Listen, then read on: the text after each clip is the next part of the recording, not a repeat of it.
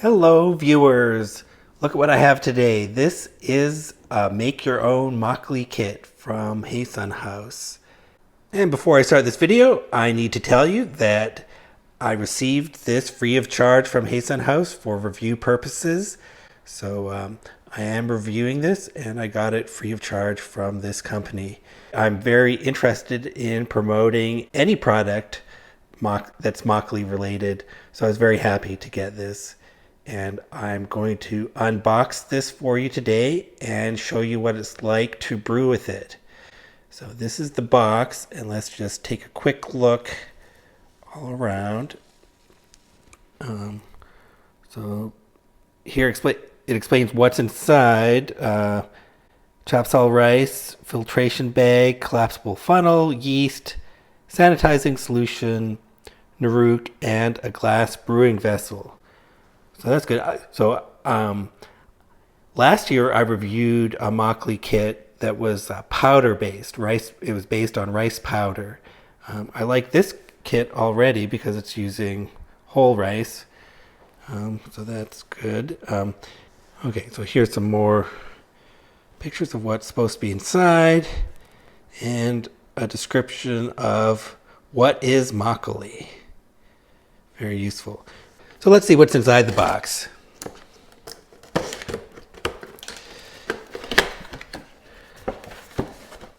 Okay, a booklet, some packaging. Okay, here's the filtration bag. And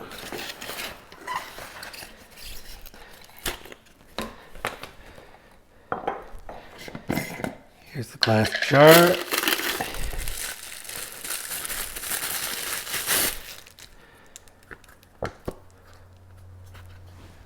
Funnel. Some Naruk.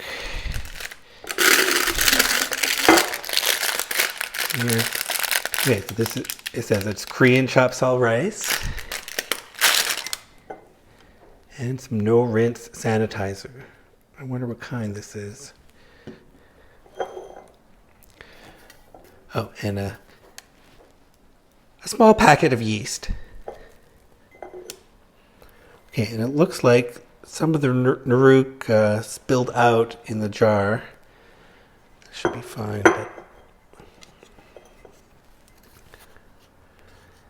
okay. All right, so this is very nice packaging. I'm going to read the instructions and I'm going to brew.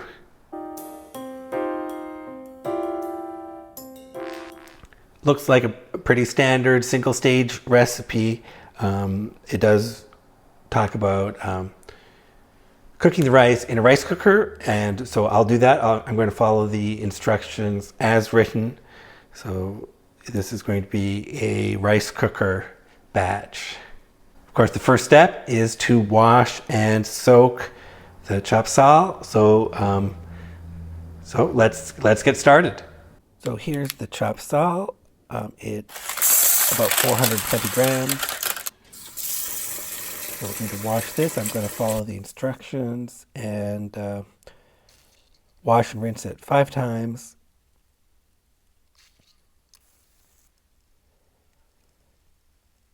So that's maybe that's a little less than normal, but it's a small amount of rice, so it's pretty easy to wash. And I'll soak it for 1 hour. Again, following the instructions, and then drain it for 30 minutes.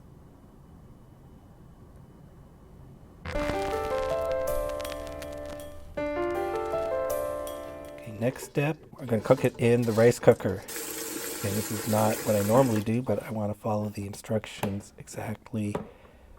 That's almost 3 rice cooker cups of rice. So I put it up to the water up to 3 and just cooked it in the rice cooker like normal.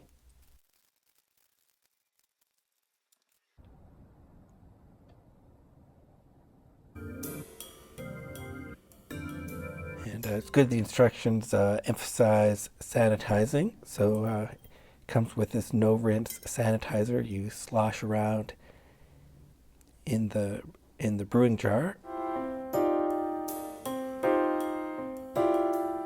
And now we're ready to add and mix the ingredients. Here's the Naruk. It turns out to be about 75 grams, and there's a small packet of yeast. So sanitize my hands, put everything in the jar. First the rice, then the Naruk and yeast,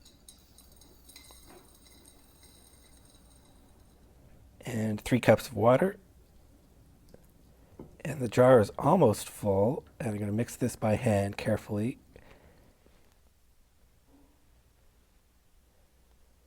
Okay, so put the lid on loosely, and I'm going to ferment it in a dark place. And it's pretty cool in the house right now.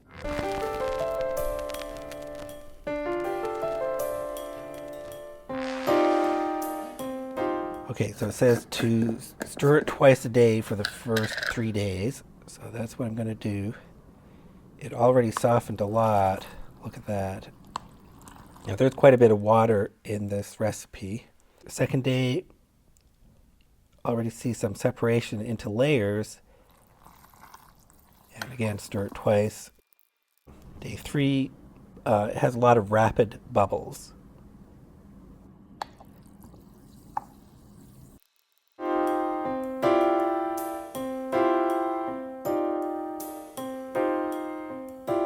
From day 4 onward, I'm not going to stir it, just going to observe it every day. Now, there's a whole layer of liquid at the top now.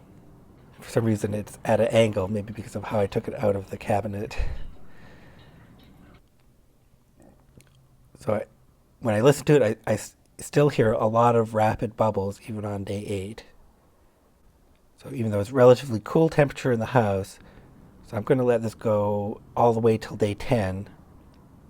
It seems to be slowing down, so this is my signal to bottle it.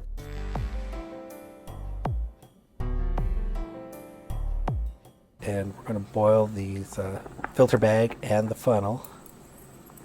So I'm ready to use the filter bag, and since this jar is small, you can just pour it all in.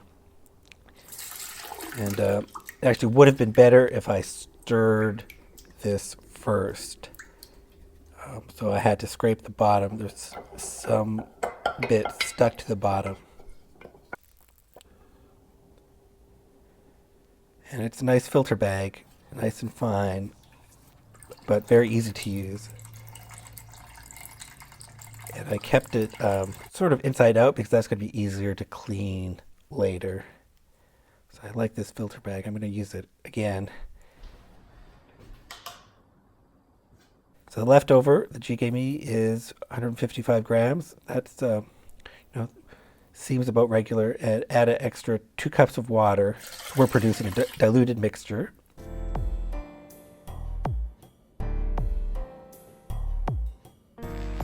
And use the funnel to put it into the bottles. And I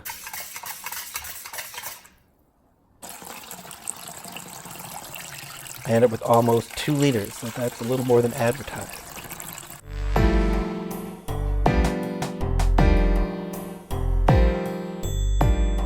Now, most important thing, what does it taste like?